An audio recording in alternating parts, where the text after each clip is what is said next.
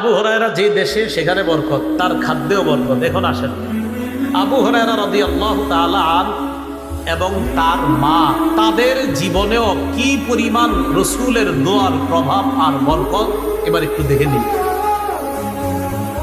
মুসলিম শরীফের বর্ণনা 2491 নম্বর হাদিস আমাদের মাদ্রাসার পাঠ্যপুস্তক অনুসারে, আর আপনাদের ওই পকেটের মোবাইল অনুসারে 6290 নম্বর হাদিস। এই হাদিসের মধ্যে আসছে আবু হুরায়রা রাদিয়াল্লাহু তাআলা আনহু বলেন, কুনতু আদউ উম্মি ইলাল ইসলাম, আমি আমার আম্মাকে ইসলামের দাওয়াত দিতাম। এই হাদিসটা সবাই মন দিয়ে শুনেন। আমি আমার আম্মাকে ইসলামের দাওয়াত দিতাম, ওয়াহিয়া মুশরিকা, আম্মা ছিলেন মুশরিকা। ফাদাউতুহা ইয়াওমা, একদিন আমি আম্মাকে দাওয়াত দিলাম। ফাসবাতনি ফি রাসূলিল্লাহি সাল্লাল্লাহু আলাইহি ওয়াসাল্লাম মা আকরা, একদিন আমি দাওয়াত দেওয়ার পর আল্লাহ নবীর ব্যাপারে এমন এমন কিছু সত্য আমার শোনা দেয় যে কথাগুলো আমার পছন্দ হয় নাই। আমি দাওয়াত দিই আম্মারে, একদিন দাওয়াত দিছি, নবীজির ব্যাপারে এমন এমন কথা বলছে আমার খুব খারাপ লাগছে। ছি ছি, নবীর ব্যাপারে এগুলো কি বললো আমার আম্মা। তো যখন রসুলের ব্যাপারে উল্টা পাল্টা কথা বলছে, আমি দৌড়ে নবীজির কাছে গেলাম। আতাইতুন নবী সাল্লাল্লাহু আলাইহি ওয়াসাল্লাম ওয়া আনা আবকি, আমি কাঁপতে কাঁপতে রসুলের কাছে গেলাম, কান্নারত অবস্থায় চোখের পানি পড়তেছে। নবীজির সামনে গিয়ে বললাম, উদউল্লাহা আইয়াহদিয়া আম্মা আবি হুরায়রা, হুজুর আল্লাহর কাছে একটু দোয়া করেন, আল্লাহ যেন আবু হুরায়রার মাকে হেদায়েত দিয়ে দেন। আবু হুরায়রা, হুজুর কুনতু আদউ উম্মি ইলাল ইসলাম, আমার আম্মারে আমি ইসলামের দাওয়াত দেই। ফাতাবা আলাইয়া, আম্মা বারবার দাওয়াত অস্বীকার করে। ফাদাউতুহাল ইয়াওমা, আজকে আম্মাকে দাওয়াত দিলাম। ফাআসমাআতনি ফিকা মা আকরাহু, আম্মা আপনার ব্যাপারে এমন কিছু শব্দ বলছে এগুলো আমার পছন্দ হয় নাই, তাই আমি আপনার কাছে আসছি। আপনি একটু আল্লাহর কাছে দোয়া করেন, আল্লাহ যেন আমি আবু হুরায়রার মাকে হেদায়েত দিয়ে দেন। নবীজির সাথে সাথে বললেন, আল্লাহুম্মা হদি উম্মা আবি হুরায়রা, আল্লাহ আপনি আবু হুরায়রার মাকে হেদায়েত দিয়ে দেন। আবু হুরায়রা বলেন, ফাখরাজতু মুস্তাবশিরান বিদাওয়াতি রাসূলিল্লাহি সাল্লাল্লাহু আলাইহি ওয়াসাল্লাম, খুশিতে আমি দৌড় দিলাম আল্লাহ নবীর দোয়া, এই দোয়ার কারণে আমি এত খুশি হইলাম, তাড়াতাড়ি বাড়ির দিকে দৌড় দিলাম, বাড়িতে রওনা করলাম। ফাসরিআতু ইলাল বাব, বাড়িতে গেলাম, দরজার সামনে গেলাম, ওয়া হুয়া মুজাব, গিয়ে দেখি দরজাটা বন্ধ। বাড়ির দরজা, দরজা বন্ধ কেন? একটু পরে আমি বুঝতে পারলাম, সামিআত উম্মি খাশফা কদামাইয়া, আম্মা আমার পায়ের আওয়াজ শুনছে ভিতর থেকে। আম্মা আমারে খুব সুন্দরভাবে বলতেছে, মাকানাকা ইয়া আবু হুরায়রা, বাবা আবু হুরায়রা যেখানে আসো সেখানে দাঁড়িয়ে থাকো। কথা একটু নরম নরম, ঘটনা কি মনে কিছু একটা হইতেছে।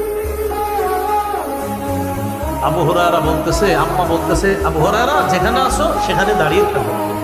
আবু হুরায়রা বলেন, সামিআতু খাদখাদাতাল মা, আমি পানির টপ টপ আওয়াজ শুনতেছি। ভিতরে যদি কেউ গোসল করে অথবা আপনার উজু করে, আমরা কিন্তু বুঝি লোকটা যে গোসল করতেছে, বাইরে থেকে বোঝা যায়। আবু হুরায়রা বলেন, ভিতরে আম্মা যে গোসল করতেছে, গোসলের পানি পড়তেছে, এতটুকু আমার বুঝে আসতেছে। কিরে আম্মা গোসল করলো কেন?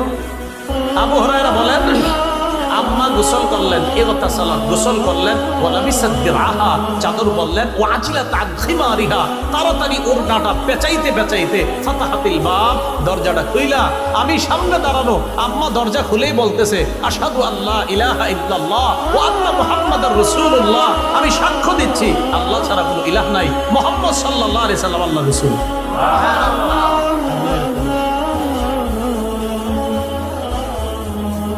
যে সাহাবী আর তার মা এই অবস্থা হয়েছে, এবার দেখেন পুরাটা শেষ হয়নি। আবু হুরায়রা যখন মা এটা বলছে, ঘরে না ঢুইকা আবার দৌড় নবীজির কাছে।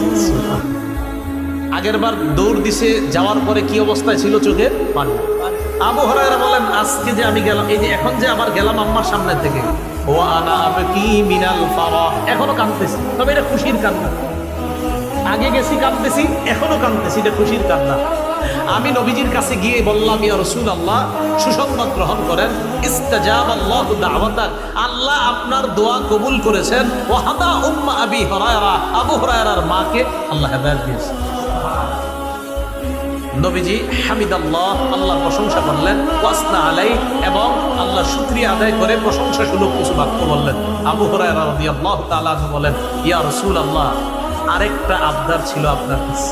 কি আবদার? তোমার আম্মা মুসলমান হয়েছে, আর কি? উদউল্লাহ, হুজুর আল্লাহর কাছে আরেকটা দোয়া করেন। কি? উদউল্লাহ আইয়ুহাব্বিবানি আনা ওয়া উম্মি ইলা ইবাদিহিল মুমিনিন ওয়া ইউহাব্বিবাহুম ইলাইনা। ইয়া রাসূলুল্লাহ, আল্লাহর কাছে আপনি দোয়া করেন, আল্লাহ যেন আমাকে আর আমার মাকে পুরা দুনিয়ার সমস্ত ইমানদারদের কাছে ভালোবাসার পাত্র বানায়া দেয়। হুজুর আল্লাহর একটু বলেন, আমাকে আর আমার আম্মাকে আল্লাহ যেন গোটা জগতের সব মুমিনদের কাছে মহব্বতের পাত্র বানায় দেয়। এই জন্য ওলামায়ে কেরামদেরকে জিজ্ঞাসা করবেন, আবু হুরায়রা রাদিয়াল্লাহু তাআলা আনহুর নামটা ওলামায়ে কেরাম আমরা সবাই যখন পড়ি এত শ্রদ্ধার সাথে, এত একটা ভালো লাগা কাজ করে কেন? ওই যে নবী আল্লাহর কাছে দোয়া করছে। তো নবীজি আল্লাহরে কি সুন্দর করে বলছে দেখেন, আল্লাহুম্মা হাব্বিব উবাইদাকা হাদা, ইয়ানি আবু হুরায়রা ওয়া উম্মা ইলা ইবাদিকাল মুমিনিন। আল্লাহ, আপনি আপনার এই ছোট বান্দাটা, আবু হুরায়রাকে বলতেছে ছোট বান্দা, নিজের ছাত্রকে ছোট বান্দা একটা মানুষ কখন বলে? মা মহব্বত কি পরিমাণ! আল্লাহ, আপনি আপনার এই ছোট বান্দা আবু হুরায়রা আর তার মাকে গোটা দুনিয়ার মুমিন যারা আছে আপনার মুমিন বান্দা তাদের কাছে প্রিয় পাত্র, ভালোবাসার পাত্র বানায়। হাদিস শেষ হয়ে যায়। আবু হুরায়রা রাদিয়াল্লাহু তাআলা আনহু বলেন,